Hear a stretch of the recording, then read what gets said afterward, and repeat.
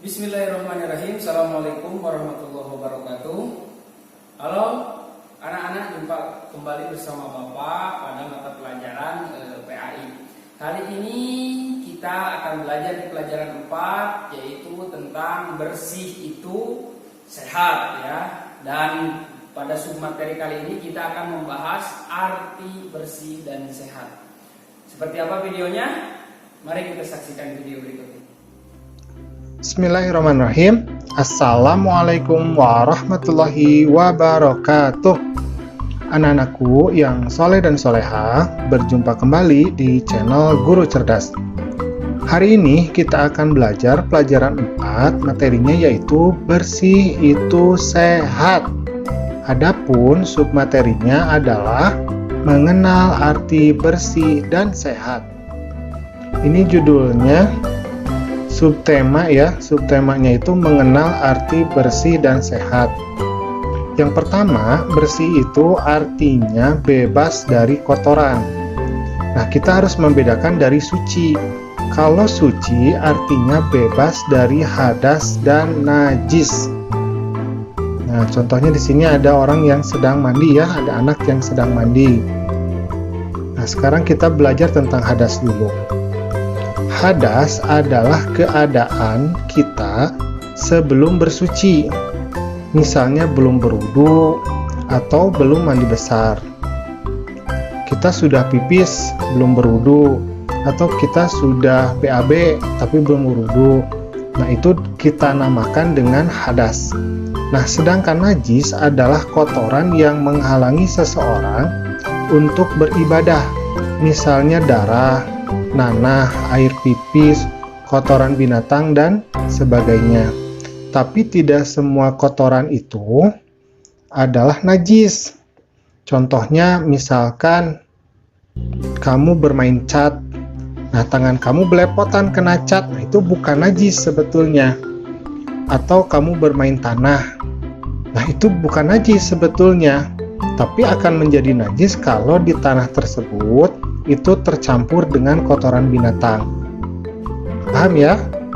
Kita lanjutkan. Nomor 3, najis itu pasti kotor. Tetapi kotor belum tentu najis. Nah ya, tadi ya sudah dijelaskan ya. Misalnya terkena tanah, tinta, atau cat, atau ludah. Nah, seperti itu. Yang keempat, bersih atau suci itu dibagi menjadi 2, yaitu bersih dari hadas dan bersih dari najis. Oke, sekarang kita akan membahas tentang hadas dulu ya. Hadas itu terbagi menjadi 2. Yang pertama adalah hadas besar, yaitu hadas yang harus disucikan dengan mandi besar. Misalnya mimpi basah bagi laki-laki, atau datangnya haid ya, atau datang bulan bagi perempuan. Nah, caranya kita harus melakukan mandi besar untuk menghilangkannya. Yang kedua, hadas kecil, yaitu hadas yang disucikan dengan cara melaksanakan wudhu.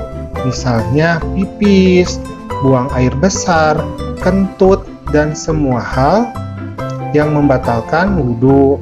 Misalkan setelah tidur ya, nah itu juga batal ya.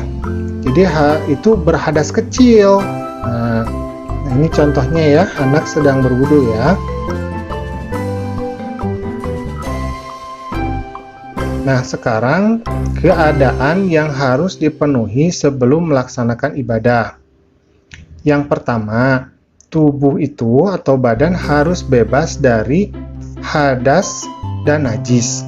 Jadi sebelum kita beribadah, misalkan sholat, atau misalkan kita mau puasa, nah tubuh kita itu harus bebas dulu dari hadas dan najis.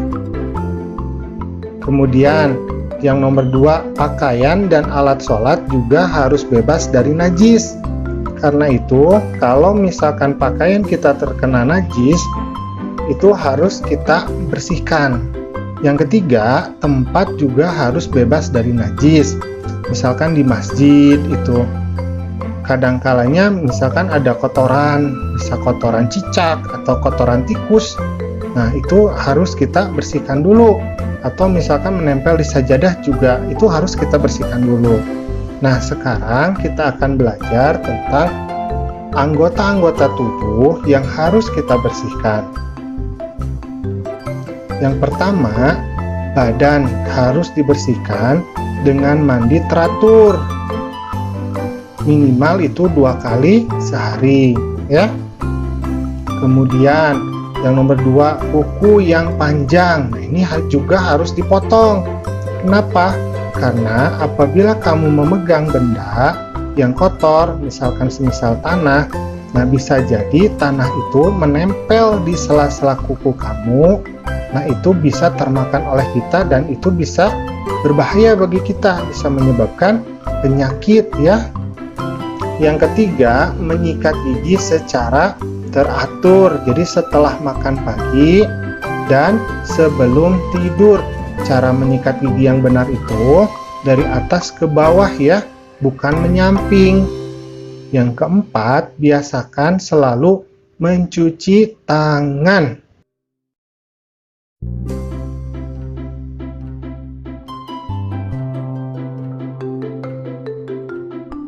Nah, sekarang bagaimana cara kita untuk membersihkan najis? Najis itu dibagi menjadi 3, ya. Ada najis ringan, najis sedang, dan najis berat. Yang pertama, untuk najis ringan, misalnya pipis bayi laki-laki yang usianya kurang dari 2 tahun, cukup dipercikan air saja. Tapi ini hanya berlaku untuk bayi laki-laki saja, ya. Yang kedua, najis sedang. Nah, untuk najis sedang dibersihkan dengan air sampai kotorannya hilang, yaitu dari baunya, dari rasanya, kemudian dari bentuknya, zatnya, ya. Yang ketiga, najis berat, misalnya jilatan anjing atau sesuatu yang berkaitan dengan babi, ya. Nah, itu harus dibersihkan dengan air sebanyak 7 kali. Nah, salah satunya harus menggunakan tanah. Nah, sekarang kita akan belajar cara membersihkan tubuh setelah keluar dari kamar mandi atau WC. Yang pertama, membersihkan tubuh setelah buang air besar atau buang air kecil. Ini dinamakan istinja. Istinja ini sebaiknya menggunakan air. Tetapi kalau tidak ada airnya, ya, boleh menggunakan benda kering seperti batu, kayu, atau tisu, dan sebagainya.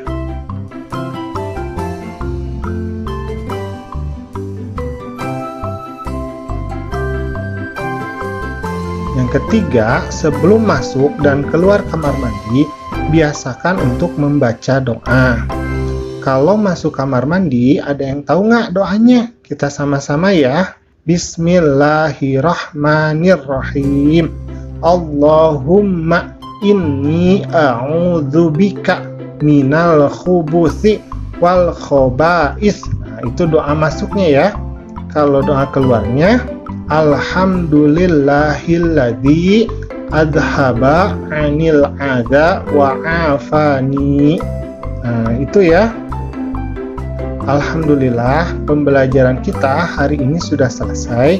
Jangan lupa untuk selalu menjaga kebersihan dan kesucian diri. Assalamualaikum.